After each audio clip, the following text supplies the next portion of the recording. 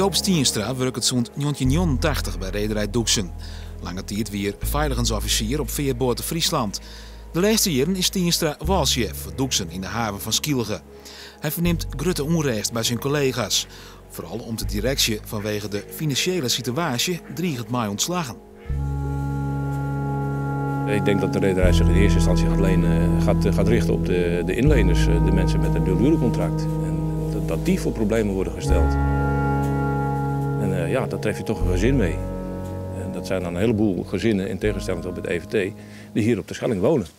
En hier op de Schelling hun inkomsten moeten zien te genereren. Daar wordt heel veel over gesproken. Men begrijpt niet waarom er niet van overheidswegen sneller en adequater wordt ingegrepen hierop.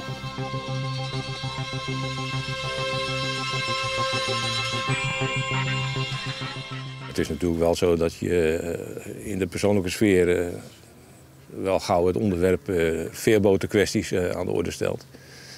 Wij doen dat zelf liever niet. Ik neem aan dat de jongens die bij EVT werken dat zelf ook liever niet zoeken. Maar het is nooit fijn om continu daar maar mee geconfronteerd te moeten worden.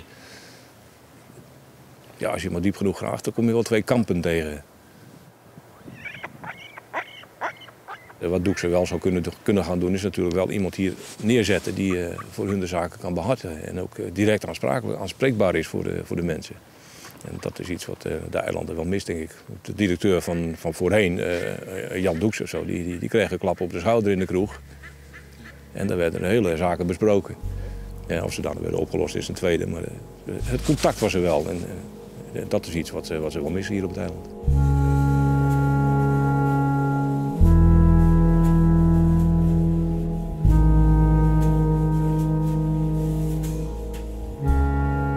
Naar mijn mening zijn die gevolgen op lange termijn vrij desastreus als dit zo doorgaat.